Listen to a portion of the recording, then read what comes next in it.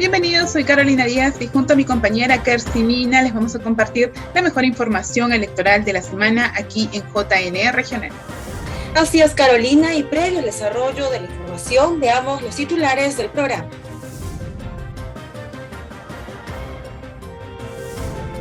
Conozca las funciones de los jurados electorales especiales que impartirán justicia en comicios. Sepa las modalidades en las que se realizarán las elecciones internas de los partidos el 15 y 22 de mayo próximo. Y conoceremos la historia de superación del primer juez invidente en el Perú y en América Latina.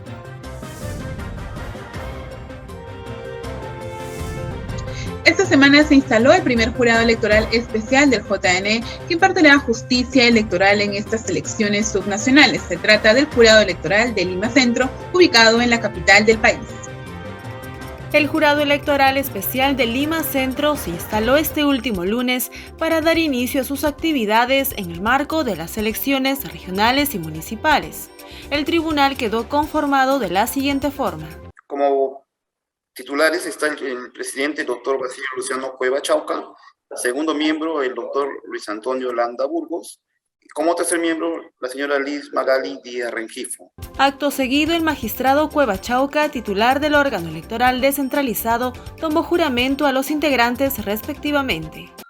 Señor doctor Luis Antonio Landa Burgos, jura por Dios y la patria desempeñar leal y fielmente el cargo de segundo miembro del Jurado Electoral Especial de Lima Centro para el proceso de elecciones regionales y municipales 2022. Sí, juro. Señora Liz Magali Díaz Rengifo, representante de los ciudadanos asignado por el Jurado Nacional de Elecciones, jura por Dios y la patria desempeñar leal y fielmente el cargo de tercer miembro del Jurado Electoral Especial de Lima Centro para el proceso de elecciones regionales y municipales 2022. Sí, juro.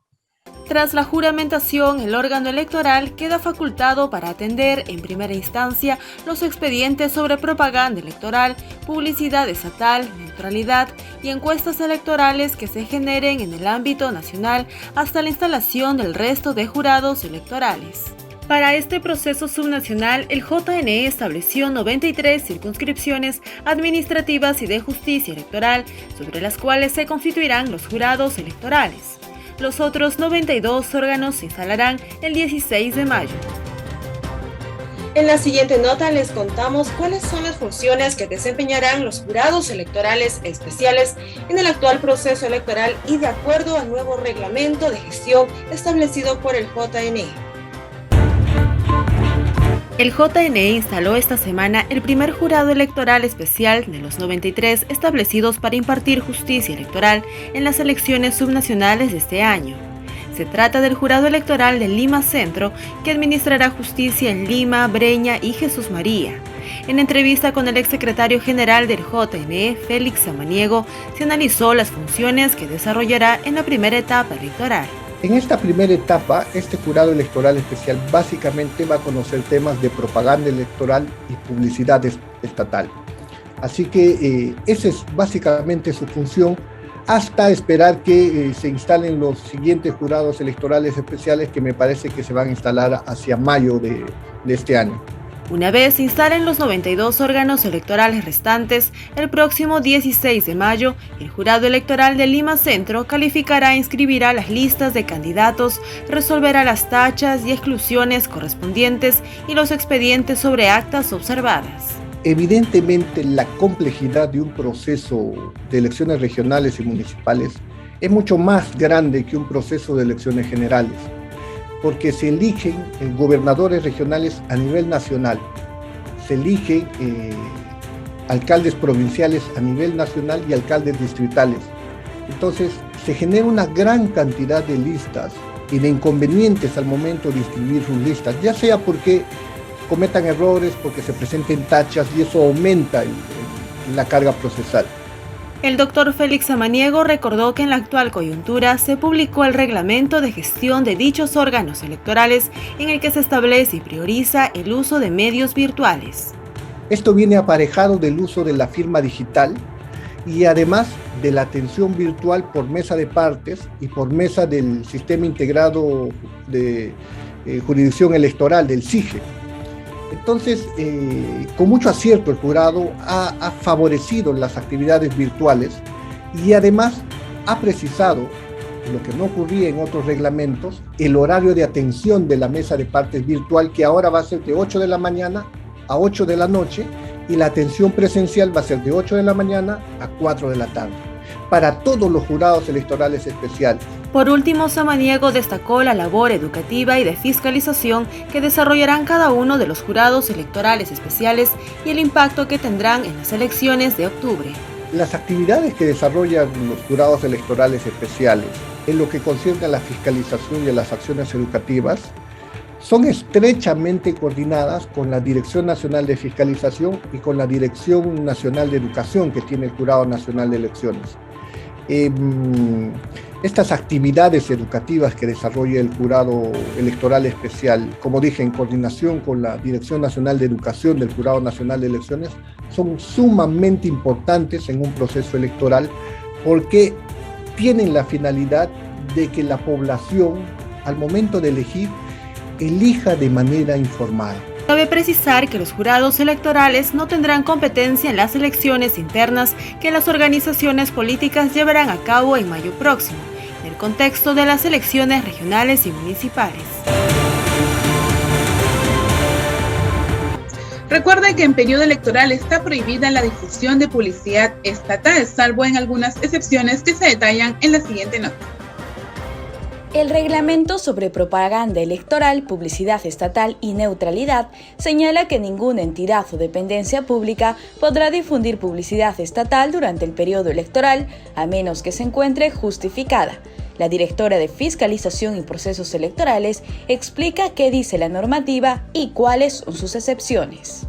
Publicidad estatal es más bien esa información que brindan los órganos del Estado para que la población esté al tanto de sus actividades, de información relevante que debe ser conocida por la comunidad, pero en el marco de un proceso electoral lo que se cuida es que no se utilice publicidad estatal para favorecer algunas candidaturas. Es por eso que la regla general es que está prohibida desde la convocatoria a elecciones. Sin embargo, esta regla tiene una excepción y es que esta publicidad sí se puede dar en tanto sea de impostregable necesidad o utilidad pública. Por ejemplo, estamos afrontando una pandemia.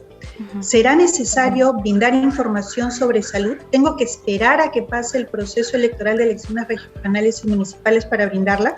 Creo que la respuesta es no, ¿no? Entonces, evidentemente, esta información debe ser brindada por las entidades competentes y en el marco de esa excepción, lo que corresponderá a Paloma es que brinden esta información a los jurados electorales especiales. Clavijo señaló que el propósito de esta normativa es evitar que se favorezca indebidamente a alguna candidatura. Además, advirtió que las autoridades o funcionarios que incumplan esta normativa serían sancionados. Las sanciones son básicamente pecuniarias. Si bien es cierto, también dentro de los procedimientos, los jurados electorales especiales determinan el cese o la suspensión de la publicidad estatal prohibida, evidentemente para que no se continúe con la comisión de la infracción. Se hace acreedor de una multa de 30 a 100 UITs, dependiendo el monto de la UIT que se dé en el año 2002. En base a ese valor es que se sacará la cifra exacta de cuánto sería la multa, pero es de 30 a 100 UITs. Esta multa se impone al titular de la entidad como responsable de la publicidad estatal que está difundiendo tu sector. El 15 y 22 de mayo se realizarán las elecciones internas de las organizaciones políticas a nivel nacional. La OMP informó qué modalidades realizarán para elegir a sus representantes para las elecciones regionales y municipales. La Oficina Nacional de Procesos Electorales informó que para estas elecciones internas participarán 170 organizaciones políticas inscritas y en proceso de inscripción, ello para elegir a sus candidatos para las elecciones regionales y municipales. De los mismos detalló que 100 organizaciones optaron por la modalidad indirecta, es decir, una votación a través de delegados y delegadas. Por otro lado, 70 han optado por la modalidad directa, es decir, ejercerán el voto directo de afiliados y afiliadas a la organización política. Los datos a detalle señalan que del total de partidos políticos, 12 realizarán la votación a través de delegados y solo 5 eligieron el sufragio de afiliados bajo la modalidad directa. Sobre los movimientos regionales, 88 organizaciones participarán de sus internas con la modalidad de votación por delegados y 64 con el voto directo de afiliados a su movimiento regional. Finalmente, la única alianza electoral presente en las internas realizará su votación de manera directa, es decir, con los votos de sus afiliados. Es necesario recordar que en la modalidad indirecta las organizaciones tienen dos alternativas. La primera, que las personas afiliadas podrán elegir con la votación por listas cerradas y bloqueadas. Y la segunda opción es que las personas afiliadas pueden elegirlos votando por los delegados de manera individual. En cambio, en la modalidad directa, para las internas, las personas afiliadas deberán votar por listas cerradas y bloqueadas de candidatos y candidatas. Dichas elecciones internas se realizarán el 15 y 22 de mayo próximo con la intervención del Jurado Nacional de Elecciones, la OMPE y el RENIEC, con la finalidad de llevar un mejor proceso democrático interno. Y ahora en la entrevista estamos con el señor Luis Grillo, quien es jefe de servicios al ciudadano del Jurado Nacional de Elecciones, y con quien vamos a conversar sobre este reglamento que ha sido aprobado hace unos días de justificación y dispensa electoral. Con él vamos a conversar hoy día sobre este tema. ¿Qué tal? Buen día, señor Grillo. ¿Qué tal? ¿Cómo estás? Gracias por la invitación. Bien, señor Grillo, para aclarar primero y también despejar siempre la duda de esta diferencia entre justificación y dispensa electoral, por favor, si nos puede aclarar estos temas. Sí, claro, hay que tener en consideración que estos son recursos que el Jurado Nacional de Elecciones ofrece a la colectividad, a la ciudadanía, para que en caso de no haber podido participar de un proceso electoral por una situación ajena al control del ciudadano, pueda extinguir la multa que se le ha generado por la omisión en un proceso electoral, o bien como elector, como no haber podido sufragar, o bien como miembro de una mesa de sufragio. Correcto, señor Grillo. Ahora, en este nuevo reglamento que ha salido hace unos días, aprobado, ¿podría, por favor, decirnos los principales cambios, quizás, si es que hay algunos cambios en este nuevo reglamento para que podamos enterarnos? Claro, lo que hay que tener en consideración es que el marco de este nuevo reglamento recientemente aprobado es la publicación de la Ley 31357, ¿no? En ese sentido, a raíz de la promulgación de esta ley es que se han estado generando algunas evaluaciones, algunos análisis para incorporar estos lineamientos que ha establecido el Estado y de esta manera no afectar a ciertos segmentos que precisamente el gobierno ha indicado como más vulnerables en el marco de lo que estamos en este momento enfrentando en el país y en el mundo, ¿no? Entre ellos, por ejemplo, tiene que ver mucho con las mujeres gestantes, y ahora han incorporado también a las personas que son padres o que tienen a su cargo menores de 2 años, ¿no? Recordemos que en los reglamentos anteriores siempre la figura de la madre era la que estaba en este sentido convocada a poder solicitar una justificación, que significa extinguir la multa por no haber instalado una mesa de sufragio, precisamente porque se entendía que el menor de 2 años pues dependía directamente de ella para alimentarse. Hoy por hoy el espíritu de esta ley que hemos mencionado ya no solamente identifica a las madres, sino también a los padres. Es decir, ambos que tienen niños menores o hasta los 2 años pueden solicitar, en caso de que no hayan podido participar del proceso electoral, una justificación o una dispensa según sea el caso. Correcto, entonces las madres que están escuchando esta entrevista en el marco de las elecciones regionales que van a pasar en octubre, entonces ya pueden quizás solicitar esta y hacer una justificación o una dispensa. En este caso también podríamos mencionar en qué momento solicitarlo, porque también muchos se preguntan cuándo solicitarlo, por favor. Claro. Hay que tener en cuenta que esta modificación que se ha generado en este nuevo reglamento entra en vigencia recién con las elecciones regionales y municipales 2022. Ninguna dispensa se puede atender hasta que el proceso se haya ejecutado. Es decir, si usted desde ahora sabe que no va a poder participar de las elecciones en octubre o en diciembre, en caso haya una segunda vuelta, usted no puede solicitarle al jurado hoy por hoy esta dispensa justificación, porque recordemos que el recurso existe cuando se habilita la multa electoral. Es decir, cuando se ha generado la omisión, eso solamente podemos saberlo cuando concluye el proceso, se cierra, termina la elección, nosotros recién podemos, a partir del día siguiente, poder atender las solicitudes de las y los ciudadanos, ¿no? Bien, sí, correcto. Sabemos que también en las últimas elecciones hubo una gran demanda en cuanto a estas solicitudes de dispensa y justificación. Esperemos que no sea el caso en este año, ya que lo que se desea es la participación ciudadana de los votantes, de hecho. Pero siempre el Jurado Nacional de Elecciones informa a través del señor Grillo todo esto sobre la justificación y dispensa. Ahora, con respecto a la atención, de manera virtual se ha realizado en esta última convocatoria de elecciones, pero ahora, ¿cómo va a realizarse? ¿Las personas también lo van a seguir haciendo de manera virtual o quizás de manera excepcional hay algunos casos en donde se pueden acercar presencialmente? Ya. Este procedimiento, este trámite se hace de manera virtual. Existe un módulo que está alojado en nuestra plataforma, en nuestra página web www.jne.gov.pe. Los ciudadanos pueden ingresar a nuestro módulo, tienen que registrarse previamente y una vez que están dentro van a poder seleccionar la o las multas que desean ellos dispensar, ¿correcto? Una vez que seleccionen, el mismo sistema se va a encargar de solicitarle todos los datos que están consignados en su documento nacional de identidad. Posteriormente, el mismo sistema le va a solicitar que usted elija cuál es la causal que está invocando. Es decir, usted está comiso y quiere dispensar o quiere justificar por qué. ¿Cuál es la razón por la cual usted está basando esta solicitud? Y ahí sale el listing que está contemplado en nuestro reglamento de justificación y dispensa. Si ha estado en el exterior por un tema de estudios o por un tema de salud, tratamiento médico, si posiblemente ha estado usted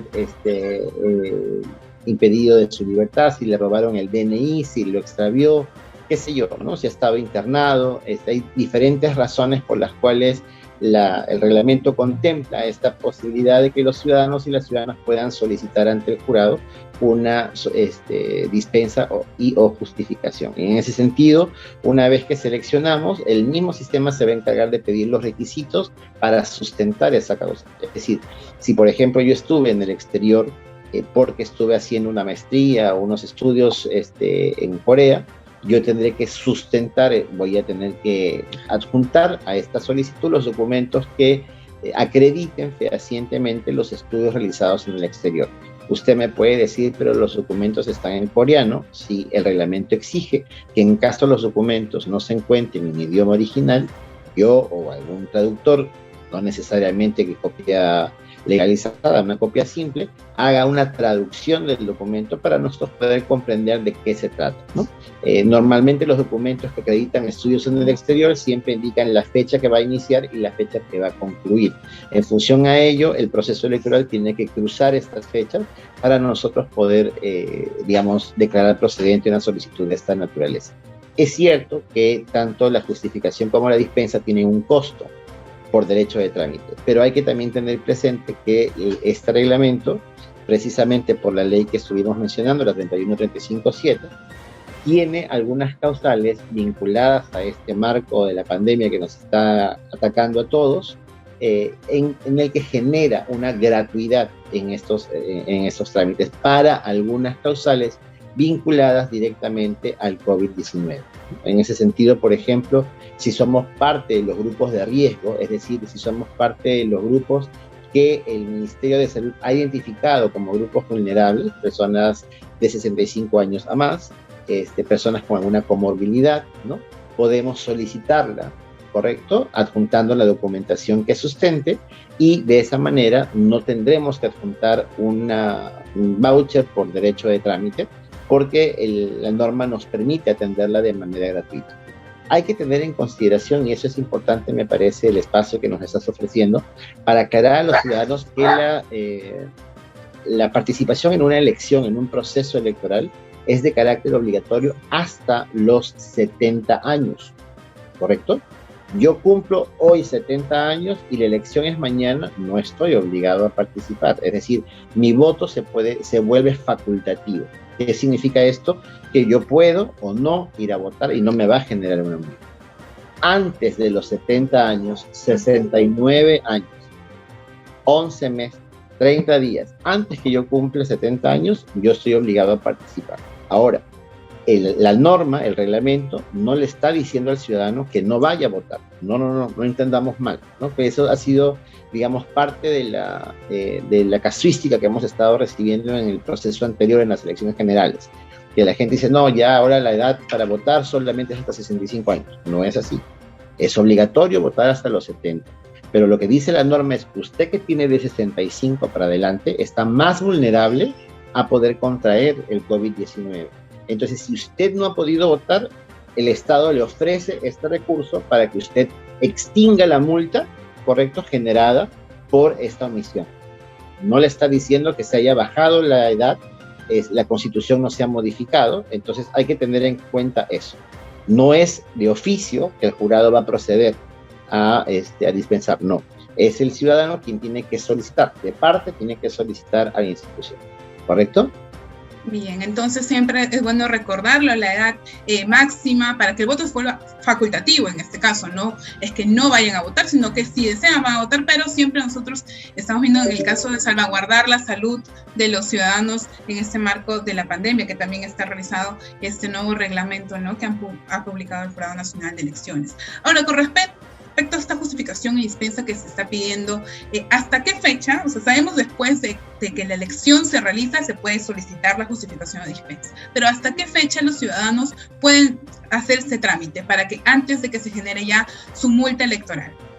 Ya, la multa se genera el día siguiente de haber concluido el proceso, ¿correcto? Ahí no podemos, es indefectible porque hay una omisión. ¿Qué quiere decir eso? Que se detecta en el padrón electoral, en la falta de la firma, en el acta de apertura y de cierre de una mesa de sufragio, se detecta que el ciudadano no ha participado. Yo era miembro de mesa suplente y yo no llegué a la hora para aperturar la mesa. Mi firma no va a estar en el acta. Se me va a asignar la multa, ¿no?, por aquella omisión, ¿correcto? Eso es a partir del día siguiente. Pero ¿hasta cuándo podemos? Hasta antes que la unidad de cobranza, la unidad orgánica que pertenece al Jurado Nacional de Elecciones, emita su resolución de medida cautelar de embargo. ¿Qué significa esto? Te explico. Para que el jurado pueda asignar las multas en el sistema, el Jurado Nacional de Elecciones debe de recibir el padrón de omisos. ¿Quién elabora el padrón de omisos? La Oficina Nacional de Procesos Electorales. Ellos, una vez que tienen el reporte de todas las mesas de sufragio a nivel nacional y fuera de ella, ¿correcto?, hacen un consolidado. Y este documento se llama padrón de omisos. Eso lo remite de manera formal al jurado y nos solicita que por favor iniciemos el trámite de cobro a todos y a todas las ciudadanas que no participaron de un proceso electoral. Nosotros cumplimos, ¿correcto?, en asignar en el sistema. Y a raíz de ello, comienza la unidad de cobranza a emitir notificaciones, ¿no? Caballero, usted no ha participado en tal proceso y se ha generado tal multa a razón de esto.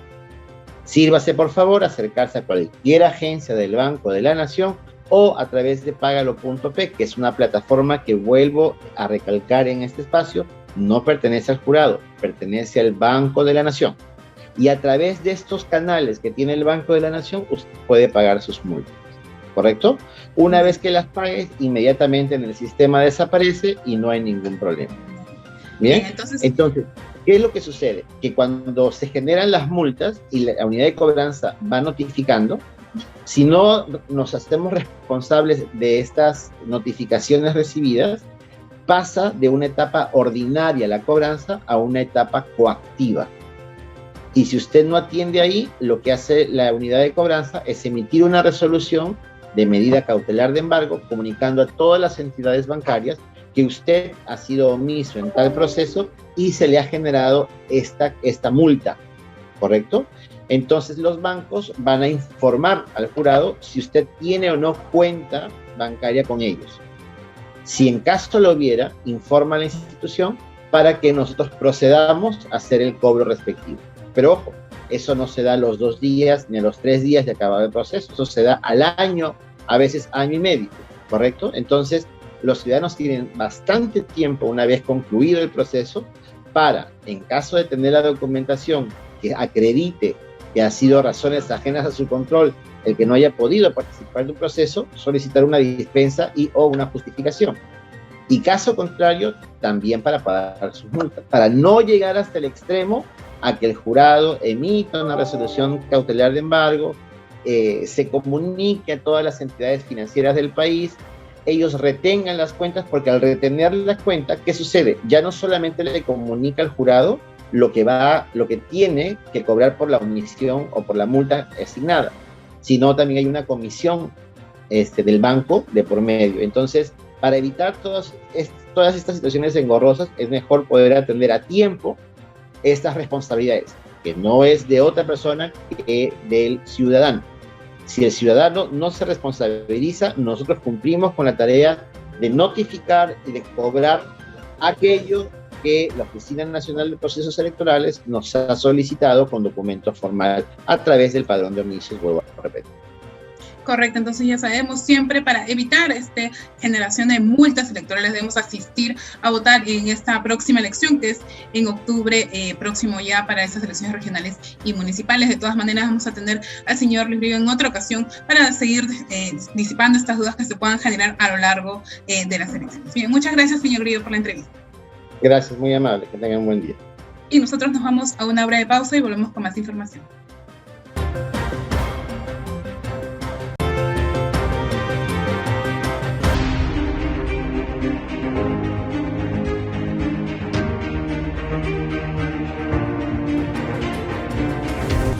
Gracias por continuar en JN Regional.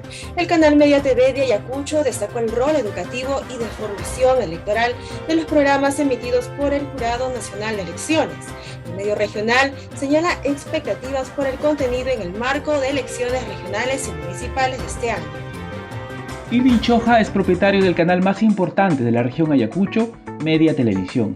Para él, la alianza de su medio con el canal institucional del Jurado Nacional de Elecciones contribuyó a que mejorara la educación electoral y cívica entre la teleaudiencia de su región.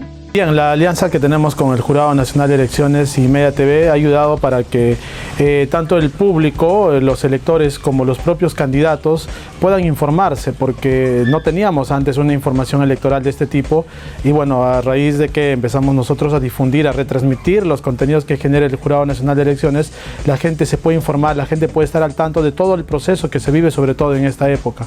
Ahora se vienen las elecciones regionales. Sí, por supuesto. Un caso que, bueno, ha sido el comentario, por ejemplo, ahí en Ayacucho, ha sido sobre el cronograma, por ejemplo, de inscripción de candidatos, porque existían los rumores de que había personas pues que iban a participar, pero lo iban a hacer en un plazo, bueno, de aquí a un tiempo. Sin embargo, como los plazos se han vencido, por lo menos ya los televidentes tienen en claro quiénes serían los precandidatos en este caso. O sea, ese tipo de información ayuda en este caso. Choja señaló que existe gran expectativa en la región Ayacucho por los nuevos espacios que el canal JNTV producirá en el marco de las elecciones regionales y municipales de este año. Importantes son estos programas, estos espacios que ayudan a la población, sobre todo, a poder conocer a los candidatos, y qué mejor si lo hace el propio Jurado Nacional de Elecciones, porque a veces cuando nosotros como medio hacemos una entrevista y otros a veces no es lo mismo, ¿no? Como cuando vienen al sede del Jurado Nacional, cuando ustedes plantean el tipo de preguntas. Media Televisión llega a las principales provincias de Ayacucho como Huanta, Huamanga y también a la extensa zona del Brain. Es un canal con programación propia, noticieros y con diversas plataformas informativas a través de las redes sociales.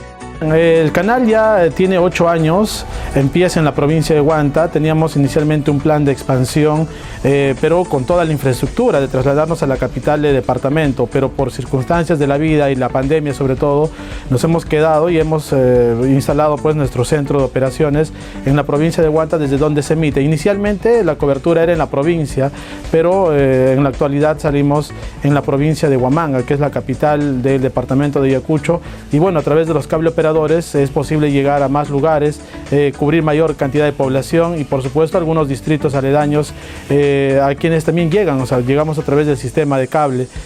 A través de ellos ha sido posible el poder coberturar incluso parte de lo que es Huancavelica. Irving Choja adelantó que Media TV espera ampliar su cobertura a Huancavelica y Huancayo e hizo una invitación a los ayacuchanos a sintonizar dicho medio para ver los programas del Jurado Nacional de Elecciones.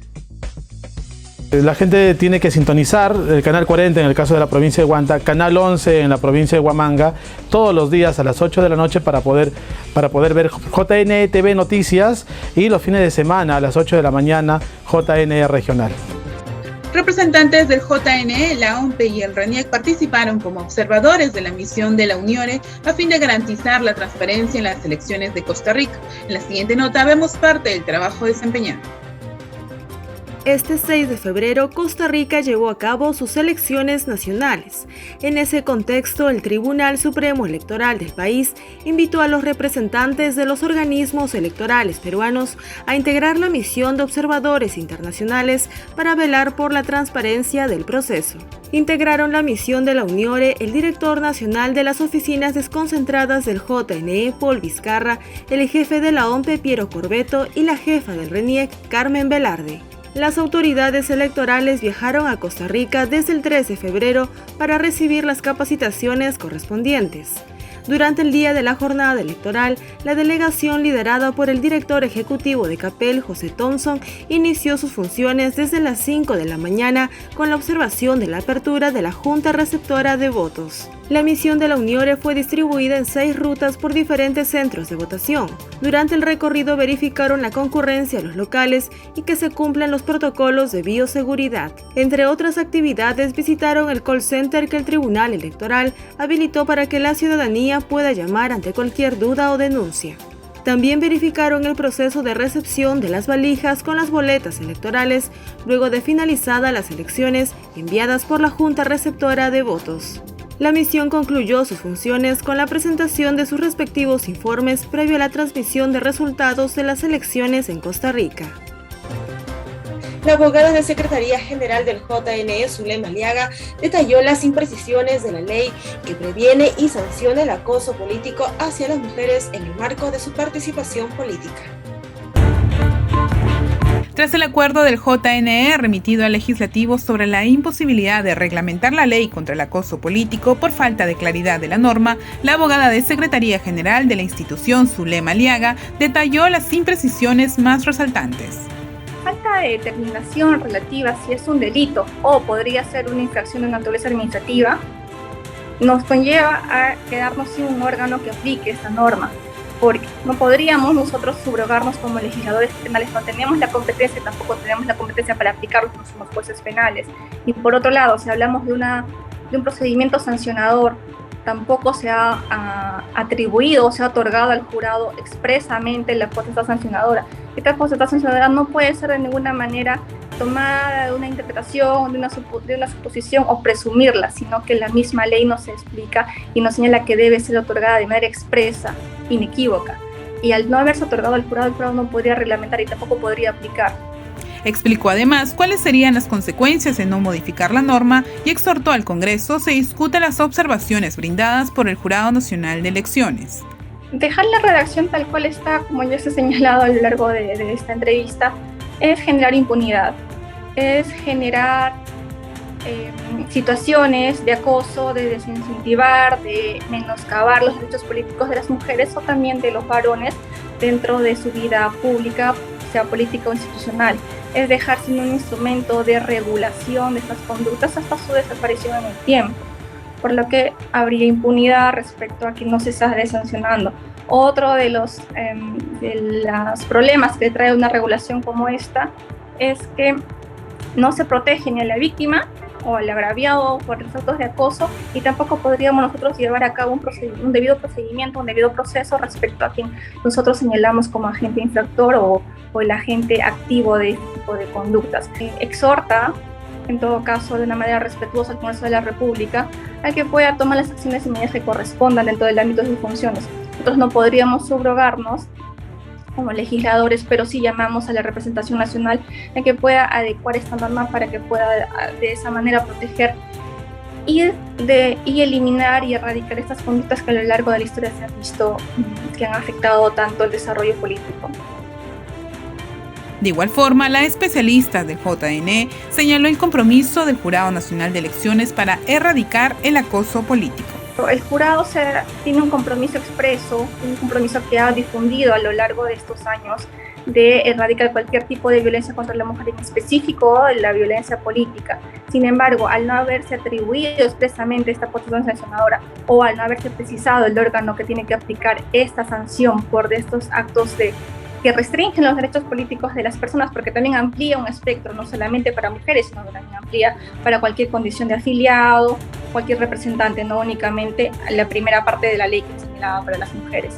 Entonces, esta falta de precisión es lo que impide o limita al Jurado Nacional de Elecciones a poder reglamentar y poder aplicarlo en lo que siga el proceso, y que además tendríamos que entender también como la redacción está dada, no solamente se limitaría el proceso electoral, sino también va más allá, porque hablamos de autoridades electas, entonces no solamente son los comicios, entonces esta conducta tendría que ser vigilada, regulada y sancionada a lo largo de la vida. En conferencia realizada por la Universidad Autónoma de México, el investigador Aníbal Pérez advirtió que la democracia se está erosionando en varios países con el cuestionamiento a los resultados electorales. Veamos. El investigador Aníbal Pérez desarrolló una conferencia en la Universidad Autónoma de México en donde analizó la situación de los procesos democráticos en el mundo. Detalló que actualmente se vive la erosión de la democracia promovido por fuerzas políticas que buscarían desmantelar los derechos civiles. Para lograr esto, lo que tienden a hacer tienden a atacar la dimensión liberal de la democracia, tienden a buscar capturar el poder judicial, tienden a buscar a tener una gran influencia sobre el poder legislativo, tienden a eliminar los mecanismos de rendición de cuentas horizontal en la democracia, de manera de utilizar su capital electoral, su credibilidad electoral, su legitimidad democrática para avanzar de esta manera sobre la consolidación de un proyecto iliberal que eventualmente puede terminar en un régimen autoritario, pero no siempre termina en un régimen. De acuerdo con Pérez Liñán, estos procesos de erosión democrática a menudo implican un cuestionamiento por parte de los gobiernos electos a las instituciones electorales, de tal modo que se puede identificar patrones. En los Estados Unidos, por supuesto, el expresidente Trump cuestionó abiertamente los resultados de la última elección, en las cuales perdió la reelección. Mantiene todavía hoy que hubo algo extraño en esta elección, que hubo alguna forma de fraude que no puede probar, que no puede mostrar, pero países latinoamericanos. Esta experiencia de descrédito del proceso electoral se ha expandido a muchos otros contextos. Entonces, por ejemplo, a mediados del año pasado, Keiko Fujimori, una de las candidatas en Perú, como ustedes saben, rechazó el resultado de la elección en la cual su contrincante ganó las elecciones. El presidente Jair Bolsonaro en Brasil cuestionó el año pasado la credibilidad del sistema de voto electrónico en Brasil, que es un sistema de voto electrónico que ha funcionado por muchos años, eliminó el problema histórico de fraude electoral que Brasil tenía a nivel local y que ha sido históricamente muy creíble. Sin embargo, el presidente Bolsonaro, de algún modo emulando el discurso del presidente Trump, cuestionó la credibilidad del voto electrónico en Brasil. Recientemente se retractó y dijo que cree que las elecciones van a ser creíbles. Agregó también que suelen generarse mitos sobre los resultados de las elecciones previos para generar dudas y conseguir el apoyo de los electores, lo que implica que el gobierno podrá controlar los mecanismos de gobernanza electoral, modificar las normas de elección y asegurar la reelección. Es un proceso iniciado por fuerzas que podríamos denominar fuerzas iliberales que llegan al poder de manera democrática, pero después utilizan los mecanismos de la democracia para desmantelar los derechos civiles, los derechos políticos y las libertades civiles desde adentro. Recomendó que lo más importante en este proceso es que no se debe caer en la tentación de combatir fuego con fuego, se debe ejercer moderación para demorar la autocratización y se debe preservar la unidad frente a la división.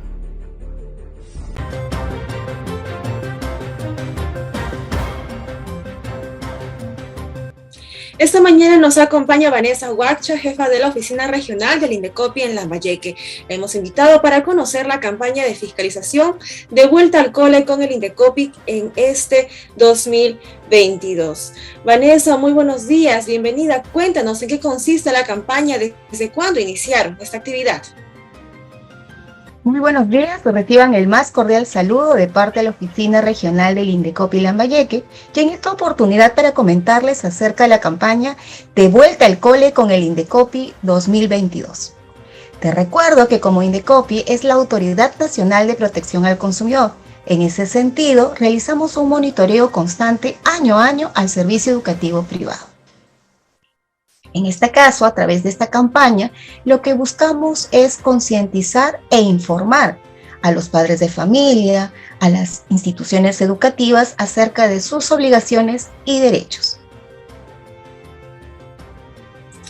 Sí, ¿en qué consiste esta campaña? ¿De qué se trata? ¿Qué actividades realizan? ¿Se trata de una fiscalización realmente? ¿Cómo es ese trabajo? Descríbenos, Vanessa. Claro que sí. En el marco de esta campaña, el Indecopi ha creado una guía digital Checa tu Cole, en la cual es una guía gratuita de fácil acceso e informativo. Además de esta guía gratuita virtual, se realizan supervisiones y capacitaciones a los centros educativos, recordándoles sus obligaciones y sus derechos a los padres de familia, de tal manera que se garantice que el servicio educativo se preste de manera idónea y se realice un regreso a clases seguro. Este programa, ¿en cuántas oficinas regionales de Indecopi actualmente se encuentra activo? ¿Y con cuántas instituciones estarían trabajando para poder realizar esta fiscalización, esta supervisión y capacitación también, ¿no? Esta campaña es a nivel nacional, se está realizando a nivel de la Dirección de Fiscalización y en todas y cada una de las oficinas regionales. En promedio estaríamos visitando más de 500 instituciones educativas. Estas visitas o supervisiones tienen un carácter orientativo, es decir, brindar herramientas de información a las instituciones para que puedan conocer y determinar si existe algún tipo de incumplimiento de su parte involuntario a sus obligaciones dentro del servicio educativo, lo puedan corregir y evitar iniciar algún procedimiento sancionador que incluso podría devenir en alguna sanción o multa. Ahora, ¿estas observaciones se van a realizar de manera virtual por el contexto de la COVID o hay una oficina a la que se puede acudir presencialmente, ¿no? En el caso de Lambayeque, de la región Lambayeque, ¿cómo se procede? Requisitos de supervisión que se va a verificar. Por ejemplo, que el centro educativo informe de manera adecuada y oportuna las condiciones en que brinda el servicio educativo. Asimismo, se verificará que no se requiera ningún tipo de cobro adicional a los que la ley permite. Llámese la cuota de ingreso, matrícula y pensión. Son los únicos conceptos que la norma autoriza que el centro educativo le requiera a los padres de familia. Por otro lado, no podría el centro educativo direccionar al padre de familia a comprar útiles escolares y uniformes escolares en un establecimiento fijo o de un producto de una marca determinada, afectando el presupuesto de la canasta familiar. Asimismo, dentro de las supervisiones que vamos a realizar, se verifica el cumplimiento de las disposiciones dentro del marco de la emergencia sanitaria. Por ejemplo, que los ambientes tengan una zona de aire natural, se encuentran espaciados entre unos y otros, la correcta utilización de la mascarilla, asimismo que se cuenten con centros de lavado o de desinfección. Si el centro de desinfección es con alcohol, si es alcohol en gel o alcohol líquido, la norma señala que debe ser con un 70% de concentración, salvaguardando así la integridad del personal docente, administrativo y del estudiantado. Entonces, a este trabajo de verificación se suma la verificación a los protocolos, en todo caso, también de bioseguridad. No es la primera vez que entiendo yo que realizan ese trabajo, sobre todo en la región Lambayeque, ya con anterioridad venían realizando un trabajo similar y nos gustaría conocer el balance, ¿no?, de ese trabajo en esta región de Lambayeque. En Lambayeque, como en Indecopi a nivel nacional, año a año se realizan este tipo de campañas o de fiscalizaciones. En esta oportunidad tenemos un enfoque orientativo. En algunas oportunidades o en años anteriores hemos visitado instituciones educativas, se han verificado las condiciones del servicio, como que no se les exija la entrega de los útiles escolares al inicio del año, que, por ejemplo, exista una reserva de 2 vacantes por aula mínimo para los alumnos que tengan algún tipo de discapacidad leve o moderada. Ahora, en este marco, se han sumado las obligaciones que deben cumplir las entidades educativas en el marco de la emergencia sanitaria. Nosotros como Lambayeque estamos constantemente monitoreando y participamos de manera activa de las campañas de Indecopi, checando los colegios año tras año, iniciando los procedimientos administrativos sancionadores en los casos que se haya verificado algún tipo de incumplimiento, siguiendo un procedimiento conforme a derecho e incluso brindando capacitaciones y orientaciones a los centros educativos que se han acercado a nosotros para pedirnos información, porque se preocupan por ser proveedores responsables y brindar un servicio educativo privado idóneo. Así es, Vanessa, ya para ir cerrando porque el tiempo lamentablemente nos gana, por favor, ante cualquier vulneración de los derechos de los estudiantes, de los padres de familia, ¿dónde pueden presentar su reclamo, su denuncia? Y también recuérdanos lo importante que es poder ingresar a la página Checa tu Cole. Claro que sí. Invitamos a la ciudadanía en general a revisar esta guía digital gratuita Checa tu Cole, donde se ha señalado las obligaciones de los centros educativos privados y los derechos de los consumidores padres de familia. Asimismo, la Oficina Regional del Indecopi Lambayeque se encuentra brindando sus servicios de manera presencial 2 días, lunes, martes y jueves, de 8:30 a 1 de la tarde. La dirección de nuestra oficina está ubicada en calle Los Tumbos, 245, Urbanización Santa Victoria. Nos pueden también contactar a través del teléfono o WhatsApp de lunes a viernes de 8:30 a 5:30 al siguiente número, 950-469-608, o escribirnos al correo electrónico lan-medio-reclamos@indecopi.gov.pe. Indecopi Lambayeque, siempre a su servicio. Muchísimas gracias, Vanessa Huache, jefa de la Oficina Regional del Indecopi en Lambayeque, nos ha brindado la información necesaria para un retorno seguro mediante la fiscalización que ellos realizan este año 2022. Tras esta entrevista nos vamos a un corte, volvemos.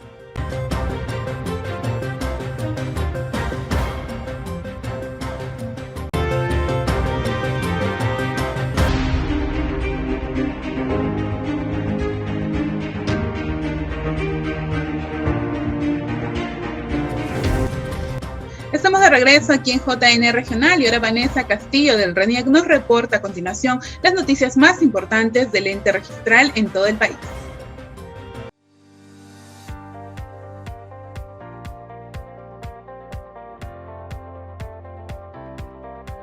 Hola amigos, bienvenidos a la central informativa del RENIEC. Estos son nuestros titulares.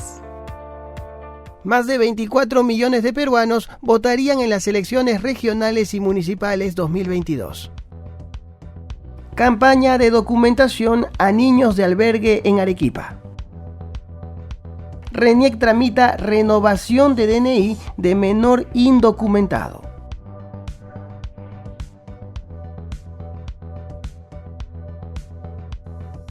RENIEC hizo entrega del padrón electoral preliminar al Jurado Nacional de Elecciones. De acuerdo a esta información, más de 24 millones de peruanos estarían aptos para votar en las elecciones regionales y municipales. El padrón electoral cerró el 2 de octubre del 2021. El número de adolescentes que cumplirán la mayoría de edad luego de esa fecha, hasta el 2 de octubre del 2022, será más de 570.000. Ellos han sido incorporados al padrón electoral para que puedan ejercer su derecho al voto. Durante los últimos meses, RENIEC realizó verificaciones domiciliarias con la finalidad de reducir la probabilidad de votos golondrinos. Además, llevó a cabo la campaña El Padrón lo hacemos todos para la actualización de datos en el DNI. Lía Calderón, directora del Registro Electoral, nos habla al respecto. Cabe señalar que este padrón cuenta ya con la depuración realizada en la entidad. También se ha visto impactada por las verificaciones domiciliarias destinados a evitar el llamado vuelo de linaje, y también todo esto bajo el enfoque de una cultura de transparencia que se vio reflejada en la campaña El Padrón Lo Hacemos Todo, a través del cual más de 50.000 ciudadanos ingresaron a nuestra plataforma para consultar sus datos. Entregado el padrón electoral, el Jurado Nacional de Elecciones tendrá 30 días para realizar la supervisión correspondiente y aprobación. La versión final que apruebe el Jurado Nacional de Elecciones será usada por la Oficina Nacional de Procesos Electorales, OMPE, en la organización de los comicios. REEA son las iniciales de un menor de 13 años con discapacidad física que estuvo internado durante todo el 2021 en un centro médico de Trujillo. Por esa razón, el adolescente no podía realizar la renovación de su documento de identidad. Sin embargo, personal del RENIEC pudo ayudarlo con el trámite respectivo durante estos últimos días. El menor fue trasladado con la ayuda de su mamá a las instalaciones de Grías Trujillo, donde se mostró muy optimista y satisfecho al momento de tramitar su documento de identidad. De inmediato se envió el trámite a la zona de procesos en Lima para que el DNI sea aprobado sin mayores contratiempos y poder el niño continuar con su tratamiento en uno de los hospitales de Trujillo. La madre del menor se mostró muy agradecida al saber que su hijo estará nuevamente documentado y que gracias a su DNI contará con una atención médica oportuna. Para agradecer a la RENIEC por haberme ayudado en todo el proceso que tuve que hacer para sacarle su DNI como renovación. Muy amables, muy atentos, me hicieron el trámite muy rápido, me atendieron rápido ya que mi niño es dependiente de oxígeno. Me atendieron de inmediato y ya está en proceso el DNI de mi niño. Muchas gracias por su atención, señores de la RENIEC.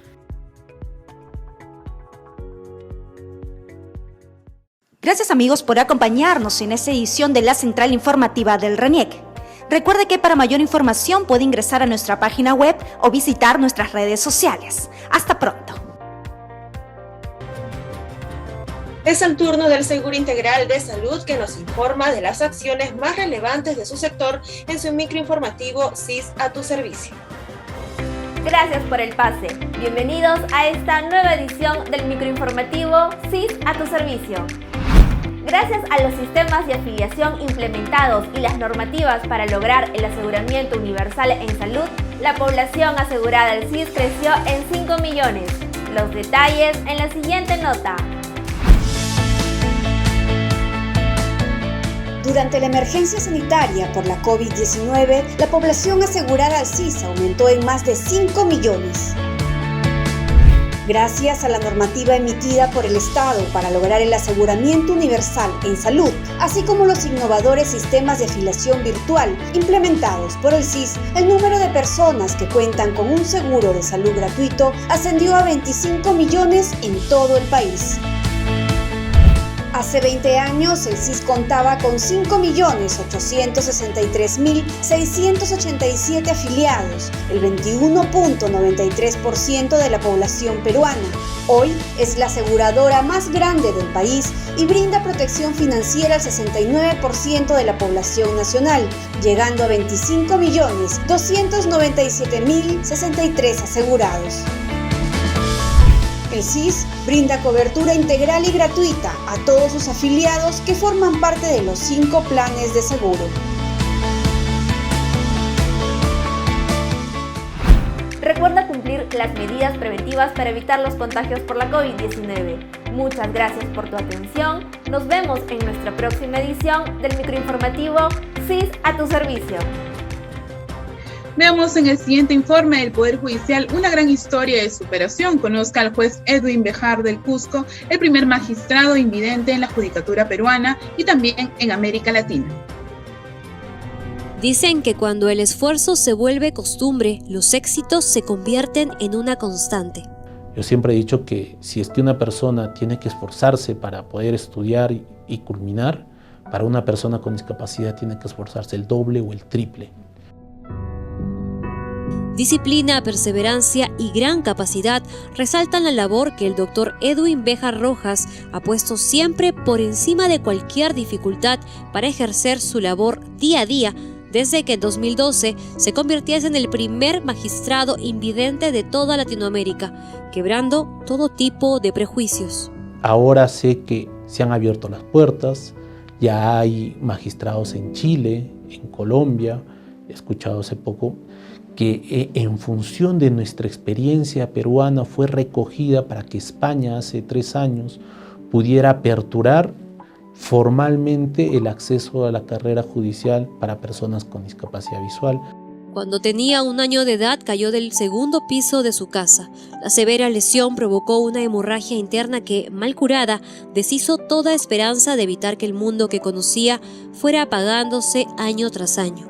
Yo recuerdo cuando tenía 15, 16 años, había salido de una última operación y donde ya el médico me decía de que ya no iba a recuperar la visión. Entonces me dolió mucho, te soy sincero, pero era una etapa en que uno decía o me quedo acá o me levanto y sigo adelante. Cuando todos sus amigos se preparaban para postular a la universidad, él buscaba fuerzas para asimilar que la luz se extinguiría de sus ojos. Lejos de desistir, trazó con mayor seguridad sus metas. Y algunos me recomendaban, sigue una carrera más sencilla. Yo dije, no, yo quiero estudiar Derecho, porque siempre fue mi vocación. Entonces fue todo un proceso de preparación, con el uso del braille, con las grabaciones. Existían muchos prejuicios, de todos.